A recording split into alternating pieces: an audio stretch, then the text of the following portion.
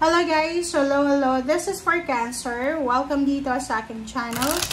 Kapalaran 888. This is bi-weekly siya. So, second half tayo ng November 2026. 2025. Sorry. Advance na tayo. Okay.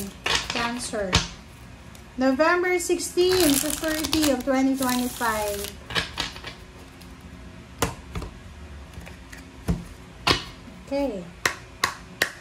Okay, Cancer. First card natin is Lovers. 8 of Pentacles.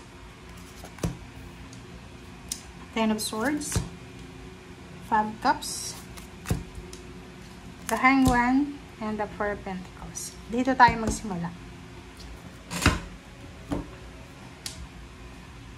Please comment down below if you resonated, guys. Okay. Number 12, this is number 3, and 4 Pentacles. These two cards ay nagsasabi sa'yo na posibleng meron kang investment. Pwedeng investment siya. Maybe this is your savings. Savings, investment na hindi pwedeng, baka hindi matuloy. Okay. Pasensya na ha. Medyo bulol na naman tayo. Okay. So, I repeat. Sinasabi ng baraha dito na pwedeng yung pagpaplano mo or yung ginagawa mong pag-iipon ng pera, pagsisave, ay hindi matuloy. So, halimbawa, may plano kang this month ng November 16 to 30 na may savings ka na, diba?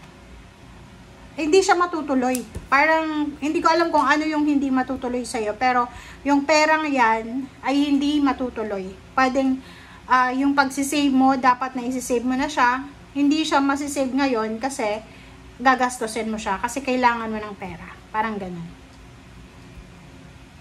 Okay, next card natin.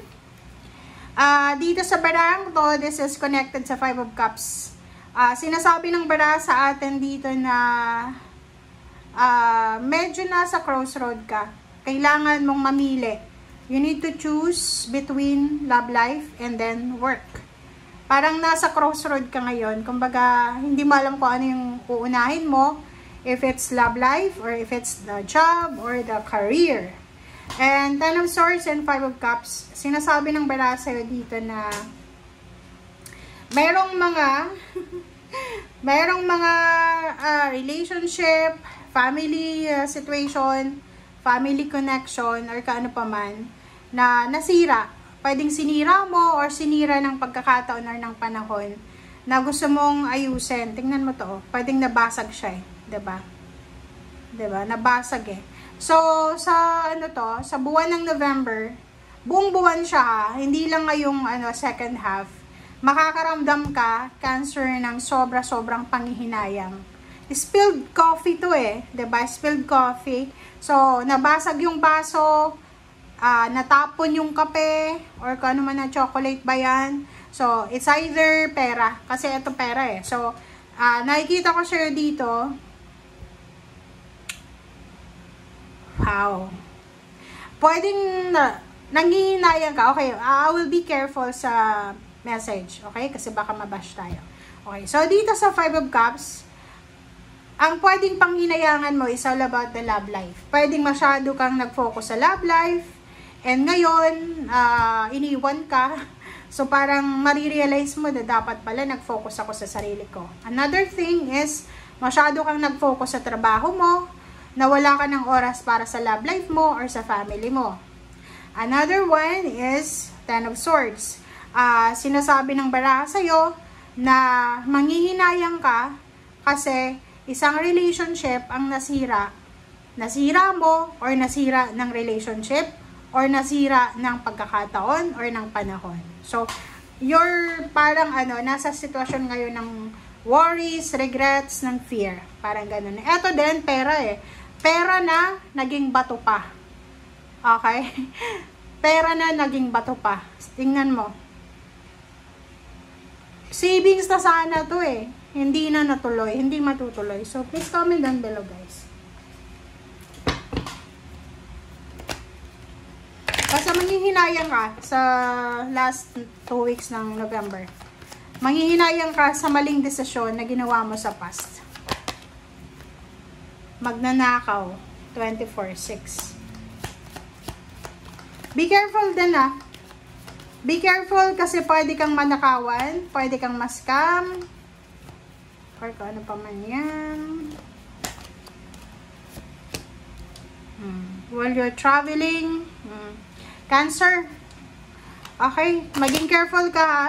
You need to be careful kasi if you're traveling, if you are moving, parang gusto mong lumipat ng tirahan, gusto mong lumipat ng bahay, gusto mong lumipat ng trabaho, ingat-ingat ka kasi pwedeng lalo yung nagpaplanong pupunta ng ibang bansa, sa mga agency, mag-iingat kayo. Kasi pwede kayong manakawan, pwede kayong ma-scam. Kasi eto, handang-handa na to eh.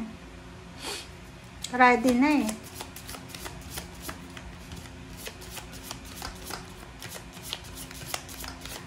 Puro warning yung message mo.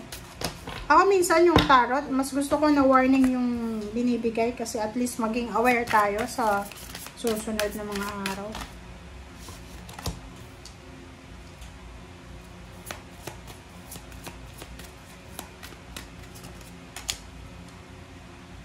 Okay.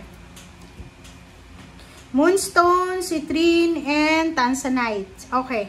Heightened intuition. So, maging parang sinasabi ng bara sa atin na makinig tayo sa sinasabi ng intuition natin para hindi tayo magsisi.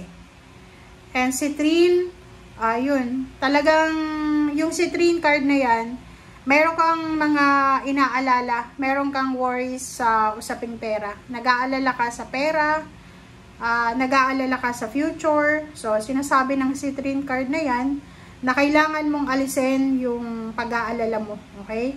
Just give it to God for healing and solution. Kumbaga, kailangan mong magbalik loob sa Panginoon, kailangan mong mag-pray, kailangan mong humingi ng tulong sa Panginoon.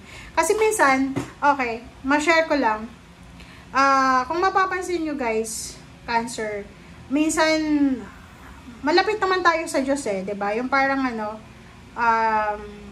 nagsisimba ka, pero mayroon kang mga prayers na hindi binibigay. Kailangan natin minsan ma-realize na baka may ginagawa tayong masama or may ginagawa tayong hindi maganda sa mata ng Diyos. Kasi pag ganun, once na parang binago mo yon, unti-unting mababago din yung takbo ng buhay mo. Ready to love again. Dito sinasabi ng barahan na kailangan mo talaga ng healing eh. Posibleng nasasaktan ka sa ngayon, pero makaka-recover ka din. Okay? So, thank you guys. Bye!